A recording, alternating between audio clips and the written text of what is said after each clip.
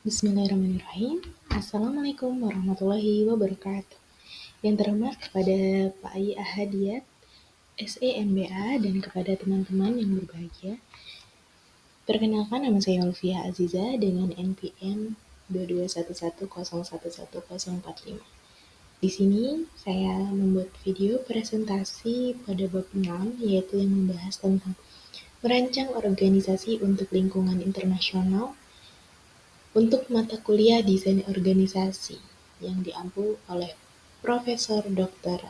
Ai Ahadiat, SEMBA.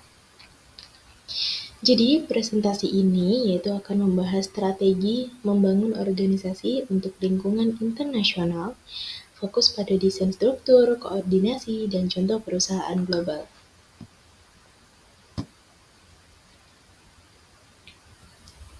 Jadi, kayak perusahaan Nestle, misalkan perusahaan Nestle itu mau jual produknya ke seluruh dunia, gimana sih caranya kan?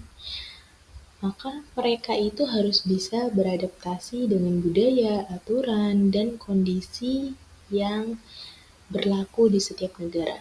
Karena pastinya lingkungan eksternal itu sangat mempengaruhi perusahaan. Apabila perusahaan Nestle akan melakukan ekspor ke berbagai negara, maka perusahaan harus bisa beradaptasi dengan lingkungan eksternalnya. Nah, di sini kita akan belajar bagaimana sih mendesain organisasi yang fleksibel dan efektif untuk menjalankan bisnis di tingkat internasional. Siap-siap ya, kita akan menjelajah dunia bisnis global yang seru. Di sini ada motivasi ekspansi global. Di sini ada motivasi ekspansi global dan tahap perkembangan internasional. Jadi motivasi ekspansi ini memperluas pasar. Ekspansi ini memperluas pasar global, efisiensi biaya, dan inovasi teknologi menjadi alasan utamanya. Kenapa sih perusahaan mau go internasional? Tentunya ada beberapa alasan perusahaan mau go internasional. Yang pertama, mereka mau mencari pasar baru untuk menambah penjualan mereka. Lalu yang kedua, mereka mencari tempat produksi yang lebih murah. Lalu yang ketiga, mereka mau belajar teknologi atau keahlian baru yang nggak ada di negaranya. Nah, perusahaan itu biasanya melewati beberapa tahapan nih. Ada ekspor pasif, ada ekspor aktif, ada investasi langsung, dan ada pendirian anak perusahaan. Jadi, kalau pendirian anak perusahaan ini merupakan kita membuka kantor cabang di negara lain. Contohnya seperti apa? Tadi seperti perusahaan Nestle ini. Mereka buka pabrik di Indonesia karena biaya produksi di Indonesia itu lebih murah. Nah, mereka juga belajar nih tentang budaya lokal Indonesia gimana, dan perusahaan Nestle ini akan menyesuaikan produknya dengan budaya lokal Indonesia agar cocok dengan lidahnya orang Indonesia, dengan konsumen Indonesia. Selanjutnya yaitu di sini kita akan membahas tentang desain struktur desain struktur ini untuk strategi, pilihan, dan pertimbangan. Jadi struktur organisasi itu harus disesuaikan ya teman-teman dengan strategi global perusahaan. Jadi sebenarnya teman-teman itu ada beberapa model struktur organisasi. Yang pertama di sini ada divisi internasional. Yang kedua ada produk global, yang ketiga ada geografi global, dan yang keempat ada materi global. Kalau divisi internasional, ini dia fokus kepada pasar global dengan unitnya terpisah untuk kegiatan di luar negeri. Ini lebih sederhana dan fleksibel ya. Di setiap negara ini punya divisi sendiri, contohnya Nestle punya pabrik di Indonesia, ini punya buka cabang lah intinya. Kalau produk global, ini strukturnya berdasarkan lini produk. Dia menekankan lebih kepada keunggulan produk. Ini sifatnya sentralisasi atau dia standarisasi. Jadi sifatnya produk global ini dia punya tim sendiri yang bertanggung jawab untuk menjual produk tersebut di seluruh dunia. Contohnya Nestle nih. Milo yang dikelola oleh tim Milo Global gitu kan. Kalau geografi global ini dia lebih kepada struktur yang pengorganisasiannya berdasarkan wilayah atau menyesuaikan kebutuhan lokal. Ini sifatnya lebih responsif ya, terus adaptif juga. Jadi setiap wilayah itu kan punya geografi atau punya tim sendiri gitu. Contohnya kayak Nestle di Indonesia, Nestle di Asia Pasifik, Nestle di Amerika gitu kan. Lalu metrik globalnya apa? Kalau metrik globalnya ini gabungan produk dan wilayah untuk koordinasi kompleks. Sifatnya gimana? Sifatnya koordinasinya tinggi, kompleks, terus menantang. Jadi metrik global ini gabungan dari beberapa model ya. Ini lebih kompleks sih tadi, tapi butuh koordinasi yang tinggi. Nah, pilihan dari 4 model ini tergantung pada strategi global perusahaannya. Nah, selanjutnya, agar lebih jelas lagi, kita akan membahas tentang studi kasusnya nih. Contohnya studi kasus struktur organisasi global di Colgate atau Palmolive.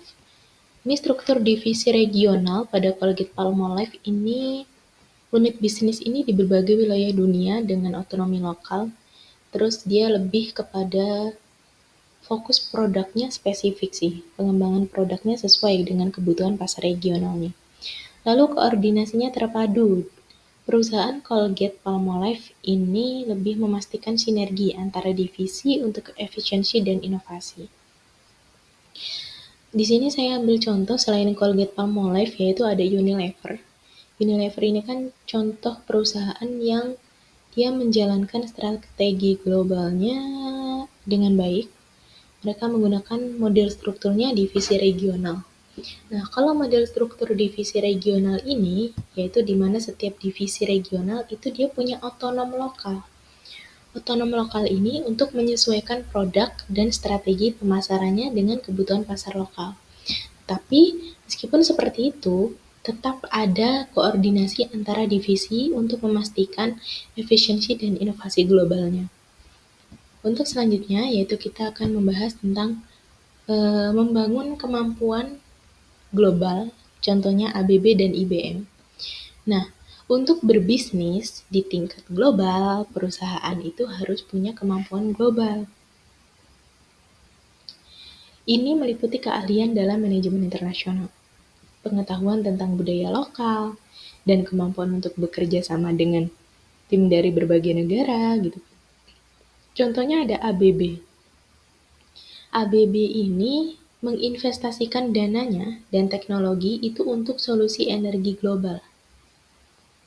Kalau IBM ini mengadopsi layanan cloud dan konsultasi itu untuk skala internasional. Nah, untuk menjangkau pasar internasional itu tadi, maka IBM ini mengadopsi layanan cloud, lalu mereka juga menjalankan sebuah kolaborasi global untuk tim lintas negara. Ini manfaatnya yaitu untuk inovasi produk dan layanan. Next slide. Tadi 3 ini sudah kita bahas. Di sini kita akan membahas tentang mekanismenya. Jadi ada mekanisme koordinasi global dan teknik. Di sini yang utama yaitu kita perencanaan terpusat. Untuk menjalankan operasional global secara efektif, maka perusahaan harus punya mekanisme koordinasi global. Tadi seperti perencanaan terpusat, komunikasi video, lalu ada laporannya. Nah, perencanaan terpusat ini akan membantu kita dalam menentukan arah strategi global dan menyinkronkan aktivitas antara unit bisnis. Kalau komunikasi video ini memudahkan kita berkolaborasi antar tim divisi atau antar tim di berbagai benua. Misalkan kita kan ekspor barang ke luar negeri, terus kita buka cabang di luar negeri. Oleh karena itu, untuk mekanisme koordinasi globalnya kita menggunakan komunikasi video atau melalui Zoom. Itu untuk mempermudah kita berkomunikasi dengan baik dengan dengan stakeholder yang berada di luar negeri. Lalu setelah tadi kita melakukan komunikasi video, maka ada laporannya. Jadi mengontrol dan memonitor capaian kinerja globalnya secara berkala. Setelah selesai rapat, maka akan ada laporan. Next slide. Untuk next slide, di sini kita akan membahas tentang perbedaan budaya dalam koordinasi dan kontrol. Jadi, budaya lokal itu sebenarnya mempengaruhi cara kerja organisasi ya, dan menuntut adaptasi strategis. Kalau kita lihat di sini ada budaya individualisme vs kolektivisme. Ada komunikasi tinggi dan rendah konteks, ada adaptasi strategi. Jadi, kalau komunikasi tinggi dan rendah konteks ini mempengaruhi bagaimana cara berkomunikasi antar tim di berbagai negara. Tapi kita juga penting untuk menyesuaikan kontrol dengan budaya lokal untuk hasil optimal, yaitu kita harus beradaptasi dengan negara tersebut.